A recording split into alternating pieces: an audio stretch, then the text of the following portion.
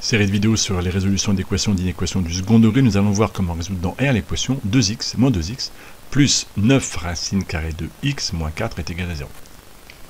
C'est assez troublant quand on voit l'énoncé posé comme ça, puisqu'il n'y a pas une équation classique du second degré, et on ne voit pas a priori en voyant cette équation-là le lien avec le chapitre sur le second degré. L'idée va consister en fait à faire comme dans une vidéo précédente avec les équations bicarrées, à opérer un changement de variable, mais légèrement différent.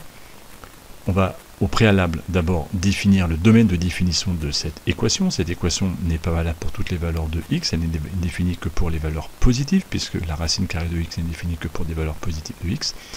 Donc l'ensemble grand D est égal à R+. Et maintenant, l'idée va être de se ramener en fait, par un changement de variable, à un schéma bien plus connu du second degré, et en posant grand X est égal à racine carrée de x, pour tous les petits x qui appartiennent à mon domaine défini, à R+.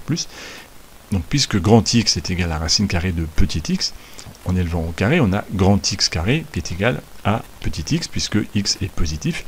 Cette équation est vraie, et donc on va réussir à partir de ces deux expressions à transformer mon équation de départ en une équation équivalente en grand X, qui va me permettre d'arriver à une équation du second degré.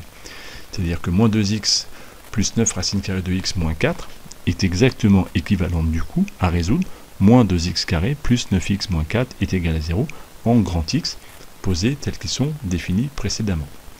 Cette équation-là est facile à résoudre, c'est une équation du second degré classique, on va aller vite sur sa résolution, et on sait que cette équation admet deux solutions. En calculant le delta, je fais l'impasse sur cette partie-là qui n'est pas la partie intéressante, on trouve le delta qui est positif, on trouve deux racines, et on va trouver x1 qui vaut 1,5 et x2 qui vaut 4. À ce moment-là, comme on a posé grand X est égal à racine carrée de petit x, on va revenir aux solutions en petit x en résolvant deux équations. Racine carrée de x égale à 1,5, puisque racine carrée de x est égal à grand X. Donc cela me donne une première solution qui est 1 quart, puisque si racine carrée de x est égal à 1,5, eh bien cela signifie que x est égal au carré de 1,5, soit 1 quart. L'autre solution pour la deuxième équation, résoudre racine carrée de x est égal à 4, eh bien ça revient à résoudre que petit x est égal au carré de 4, soit 16.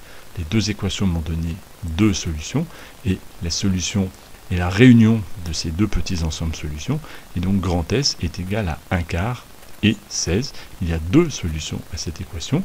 En fait, on a réussi, grâce au changement de variable, à revenir sur une équation classique du second degré.